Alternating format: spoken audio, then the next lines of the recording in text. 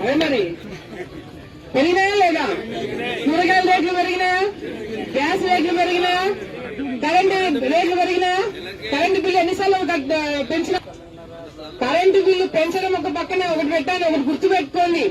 ఇప్పుడు ఇక్కడ కూర్చున్న మీ అందరికీ తెలియాల్సింది ఏంటంటే ప్రతి ఒక్క కుటుంబం పైన 2,80,000 రూపాయలు అప్పు ఉంది. మీకు తెలియకుండానే మీరు అప్పు చేస్తున్నారు, తెలుసా మీకు? అది ఒక్కొక్క కుటుంబానికి 2,80,000 రూపాయలు. ఇంకా నేను తక్కువ చెప్తున్నానేమో. ఒక్కొక్క మనిషికి, ఒక్కొక్క తలకాయకి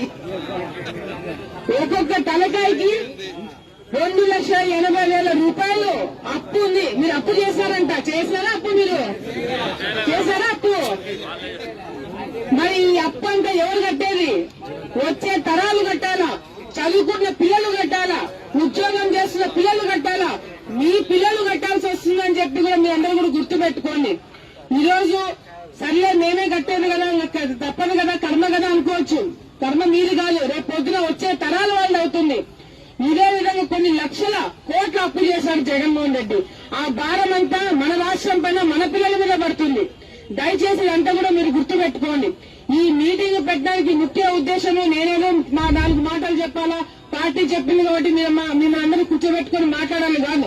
మీరు కూడా ఈ మీటింగ్ వచ్చినారంటే నేను చెప్పిందంతా ప్రతి ఒక్కటి కూడా విని, ఇది మళ్ళీ గ్రామాలలో, మీ ఇళ్ల కాడ, మీ ఆడోళ్ళ కాడ, మీ బంధువుల కాడ, ప్రతి ఒక్క చోట మీరు ఇవన్నీ కూడా మాట్లాడాల్సిన అవసరం ఎంతైనా ఉంది.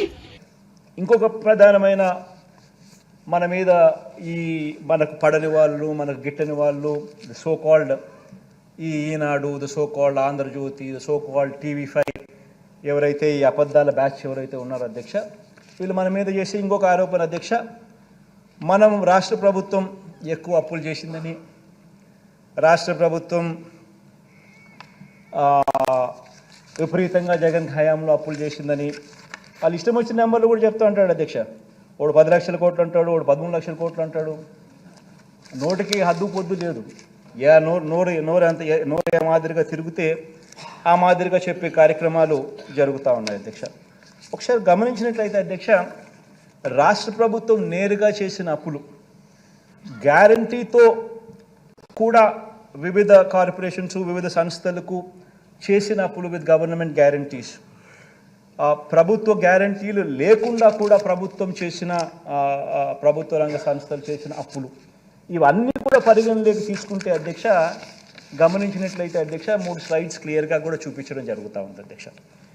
ఇవన్నీ కూడా తీసుకుంటే అధ్యక్ష, విభజన నాటికి అధ్యక్ష, విభజన నాటికి గమనిస్తే అధ్యక్ష, ఫస్ట్ కాలం అధ్యక్ష, విభజన నాటికి స్టేట్ గవర్నమెంట్ డెట్టు, తర్వాత రెండో కాలంలో విభజన నాటికి 1,18,050 కోట్లు స్టేట్ గవర్నమెంట్ డెట్ ఉంటే అధ్యక్ష, స్టేట్ గవర్నమెంట్ గ్యారంటీడ్ డెట్ మరో 14,000 కోట్లు. మొత్తంగా చూస్తే debt government, state government debt, state government guaranteed debt రెండు కలిపితే 1,32,000 రాష్ట్ర విభజన టయానికి ఉంటే, చంద్రబాబు నాయుడు గారు మే 2019 అంటే తను దిగిపోయేసరికి మే 2019లో ఆయన దిగిపోయాడు అధ్యక్ష. మన ప్రభుత్వం వచ్చింది జూన్లో వచ్చినాం. మనం వచ్చేదాకా కూడా చంద్రబాబు నాయుడు హయాంలో ఒకసారి గమనించినట్టయితే తర్వాత 1,32,000 non government guarantee det of public sector undertakings, అవి కూడా కలుపుకుంటే అధ్యక్ష ఇంకొక 21,000 కూడా, అది కూడా కలుపుకుంటే టోటల్గా ఏ రకమైన నువ్వు ఏ భూతద్దం వేసినా, ఏం మ్యాగ్నిఫైయింగ్ లెన్స్ పెట్టి ఏం ఎతికినా, ఏమున్నా కానీ స్టేట్ గవర్నమెంట్ డెట్ కానీ, స్టేట్ గవర్నమెంట్ గ్యారంటీ డెట్ కానీ, స్టేట్ గవర్నమెంట్ గ్యారంటీ లేకుండా తెచ్చిన డెట్ కానీ, పబ్లిక్ సెక్టర్ అండర్టేకింగ్స్ తెచ్చిన డెట్ కానీ ఏది తీసుకున్నా కూడా అధ్యక్ష, రాష్ట్ర విభజన టయానికల్లా 1,53,000 కోట్లు డెట్ ఉంటే, చంద్రబాబు నాయుడు గారి హయాం దిగిపోయే టయానికి 4,12,288 కోట్ల రూపాయలు చేసి దాన్ని ఆయన దిగిపోయాడు. అంటే 1,53,000 కోట్లను కాస్త 4,12,288 కోట్ల రూపాయలు చేర్చి ఆయన దిగిపోతే, మనం 4,12,000 కోట్ల రూపాయలు డెట్తో మన ప్రయాణం ప్రారంభించాం. ఇప్పుడు అది 7,03,000 కోట్లకు డెట్ కనిపిస్తూ ఉంది.